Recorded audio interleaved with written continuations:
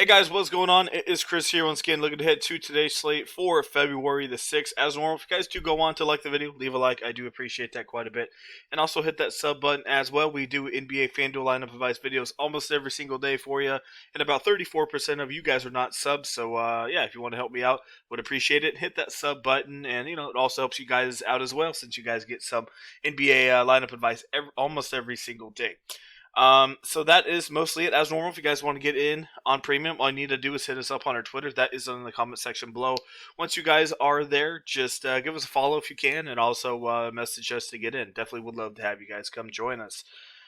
So yeah, we got a pretty good slate today. We have a ton of injury news, so we'll have to see how much I play. I mean, if there's still like a lot of like 3 or 4 main guys that are still game time decision as lot comes around, probably gonna scale back a little bit, um, maybe make some changes throughout. But on paper, it's not a bad slate. There's some half decent totals, but like I said, we'll get into it, and you can see what you guys think. So Chicago and Orlando. So last night they obviously played. Vukovic went absolutely off. 224 in Chicago by 2.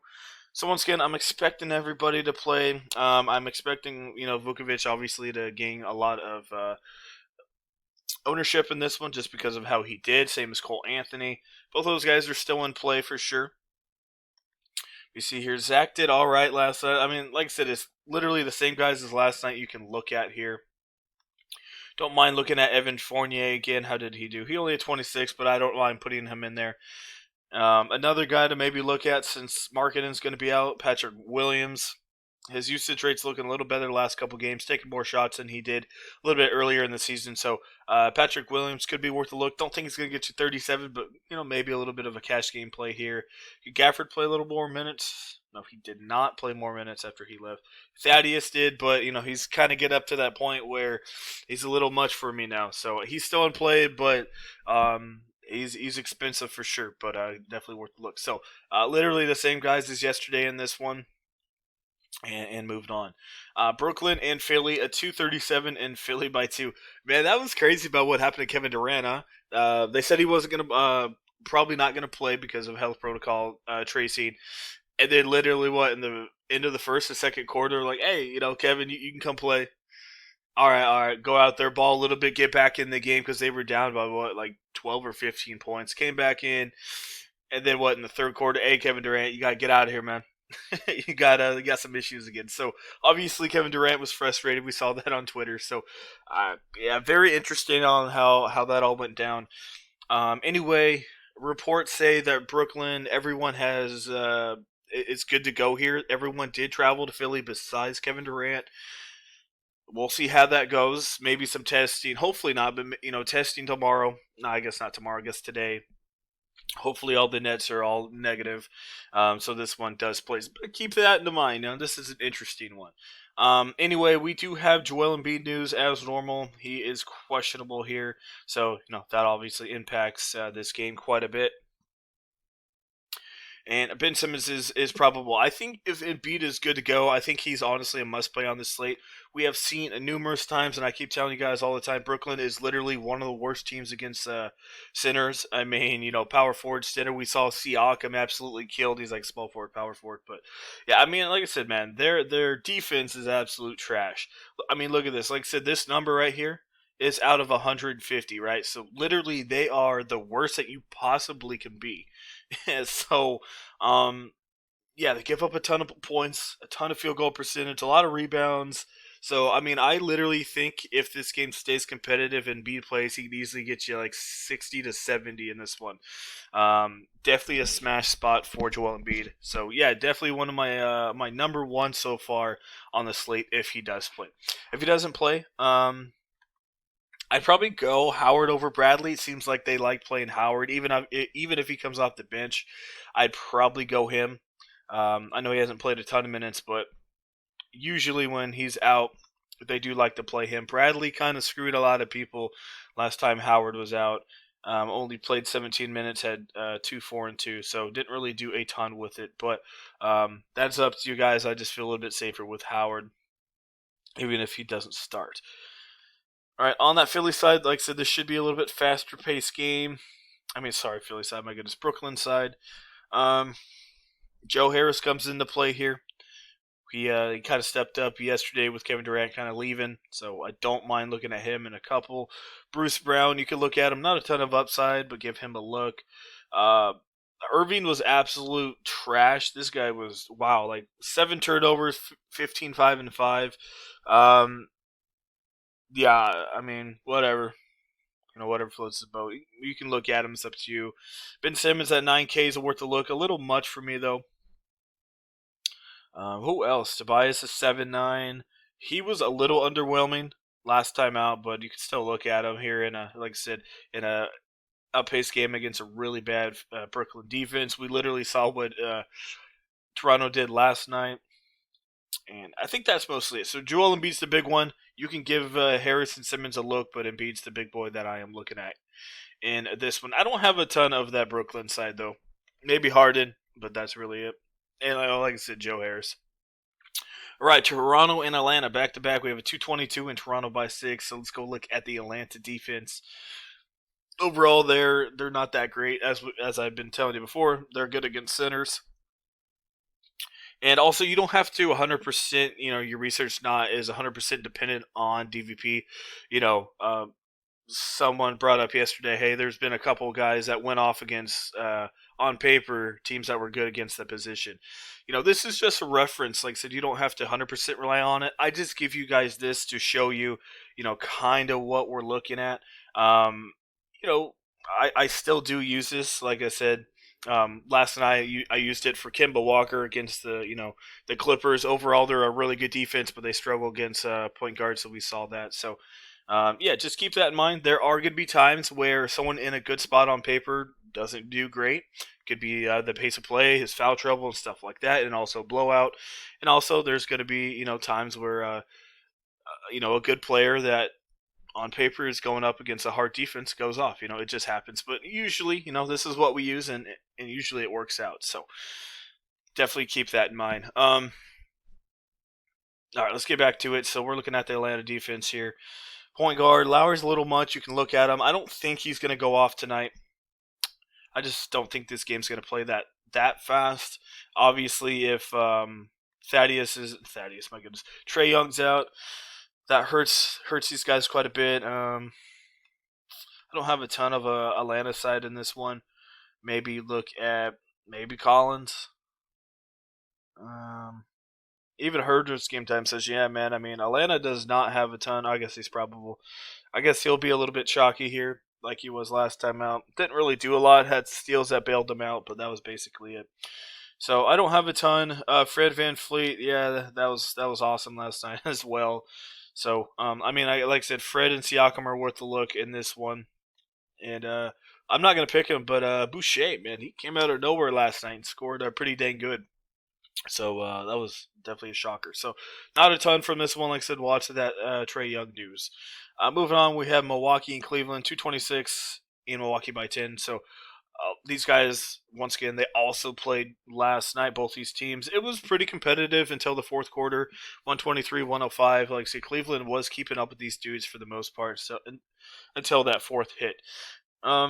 One guy that has been stepping up is Dante. Dante's been playing pretty good, 20, 28, and 35. Usage rates looking a little better. I like this. I like that his shots are, staying around 10 to 11. And he's also, kind of being a point guard over there as well. So I don't mind looking at him in a couple. Forbes has been playing better. Let me see. Besides last night. Let's see here. Augustine. Okay. Overall, I don't have a ton. Like I said, Dante. If this game stays close, which who knows, Giannis is always worth a look. Bobby's at 6'9". My goodness, he had 2 good games. Yeah, so overall not a ton. It's a 10 spread. If you do pick people in this game, no one's going to have that, so keep that in mind. San Antonio, Houston 222, and Houston by 1. So once again, this one also has a ton of injuries. So Wood is out, Aldridge is out, Wall, DeJounte Murray are both questionable. If DeJounte Murray cannot go, Derek White is almost a lock for me. I don't think his minutes are there yet, but I still think he plays about 26 to 28. And if Wall's out, that definitely helps him out as well. So Derek White, as some of you may not know, he's coming back from an injury that has kept him out most of the year. So I don't mind Derek White. Even if he comes off the bench, I mean, give him a look. He is 54, though. Um, DeRozan, GPP only. He did half decent last time out, and as I mentioned before, Houston, they do struggle against shooting guards, so you could look at him. Cousins is probably your free square of the day at 5,900. Everyone and their grandma's going to have him as well, so keep that in mind. But you got to put him in there. Wood's out, so we know how he is without him, and his price came down as well. So yeah, I'm looking at maybe go back to Keldon Johnson. He absolutely screwed everybody. Houston actually good against small forwards, so keep that in mind. And so yeah, I'm looking at obviously Cousins, White if Murray doesn't play, and yeah, maybe Oladipo as well. But not too into that game overall. Besides probably Boogie. All right, Minnesota, OKC once again. Like I said, a lot of these teams literally have played in the last year or two. Minnesota, OKC last night, 218, Minnesota by 1. So we have Theo, Shea, and Dort as game time decisions. So can't really say too much if all three of those guys are out again. I think it's the same guys as last night. If a couple of those guys do play, you gotta look at Theo, gotta look at Shea once again. I mean, I think those guys would definitely come into play.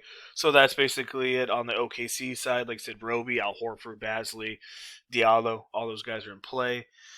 On this Minnesota side, don't really have anyone.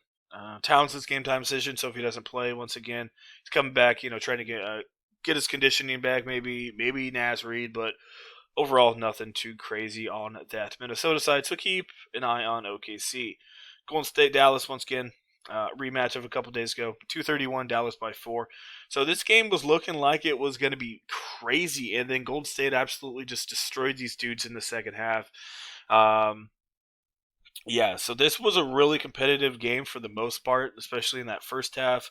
I don't mind going back to these guys, Luka, Curry, even Brunson stepped it up as well. Keep in mind, dude's limited in minutes, so that's the only thing that scares me. But you could look at him in a pace up spot here. Let me see. I'm not too into those dudes. Kelly, oh man, this guy here. Yeah, you see all these reds right here? Yeah, that's me picking him every time. Every time that he sucks, this is I pick him, man. Yeah, so that's cool. You can look at him if you want. He shot 21 times. I don't think that's going to happen again. He's probably going to go back down to his normal. So yeah, that's Kelly for you. Anderson, a little expensive. I don't really have a ton of him. Kit Bazemore, as he played more minutes, only played 17, so not really in play here. Let me see here. Green, Porzingis, look at both of those guys. And that's mostly it there. So same guys as last time in that one. The main dudes. Memphis, New Orleans, 227.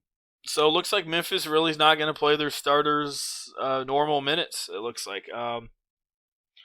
Yeah, like I said, there hasn't really been too many crazy competitive games, but still, they're just not playing their starters a ton here.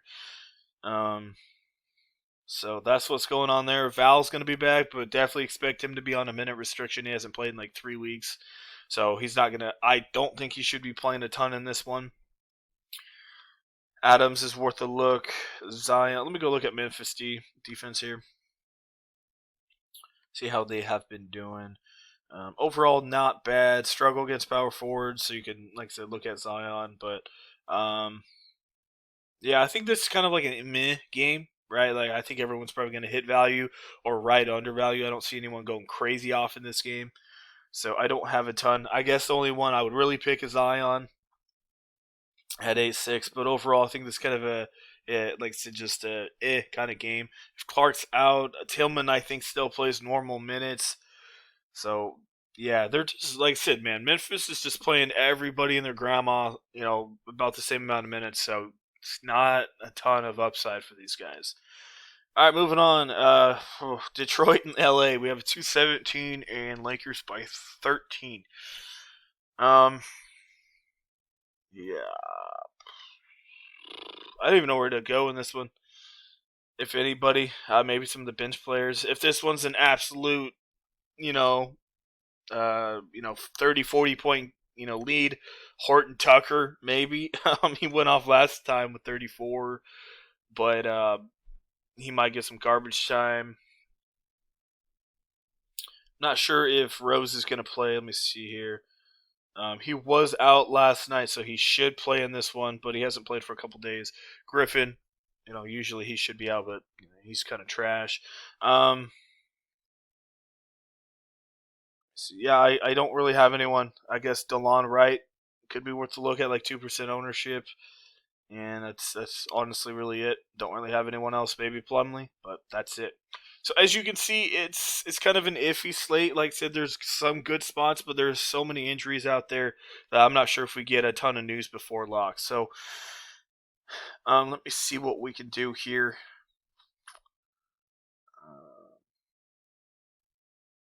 Like I said, if Theo plays, I'll probably put him in there. If not, you can look at maybe Cole. I'm not going to make a lineup. I'm just going to plug in some players here. So Luka or Curry, that's up to you. Let's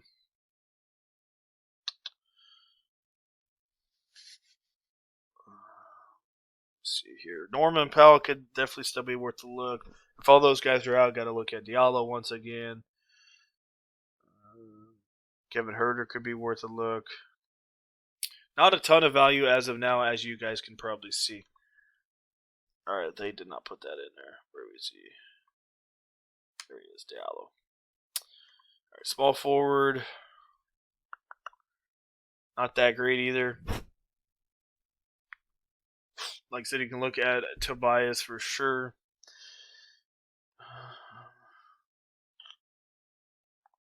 Evan Fournier, Anderson, Joe Harris.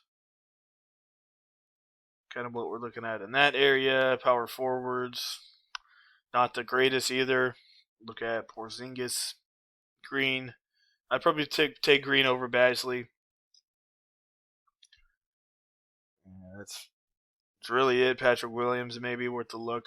Roby, if all those guys are out once again. I'll probably stack three OKC guys again if all those guys are out. If he does play, Joel Embiid is honestly one of my top priorities. That gives you 4,300. So, like I said, you can easily, get rid of Luka or go get rid of Porzingis or something. Because 43 is definitely not going to work. So, gonna have to switch it up a little bit. But for sure, he's going to be my number one priority. Joel Embiid, if he plays, like I said, if he's out, Harris, Simmons, Howard, definitely got to give those guys quite a bit of look. So that is mostly it. Yeah, like I said, guys, it's an iffy slate so far. There's, if a lot of this OKC news breaks, then that probably changes a couple things. And as you see, quite a bit of injuries as well throughout the day. So I mean, look at all the game time decisions. Pretty crazy. So that is mostly it. As far as if you guys want to get on premium, all you need to do is hit us up on our Twitter. That'll be in the comment section below. And also, if you enjoy the video, leave a like. I appreciate it. And also hit that sub button as well. So that is it. We should have a video tomorrow. Keep in mind, the games are going to be very early because of the Super Bowl is going to be tomorrow. So definitely keep that in mind. So I think locks at like 10 a.m. on the West Coast or something like that. So I'll probably have a video out for you guys. So all right, guys. Hopefully, you guys enjoy today, and we'll see you guys a little bit later on.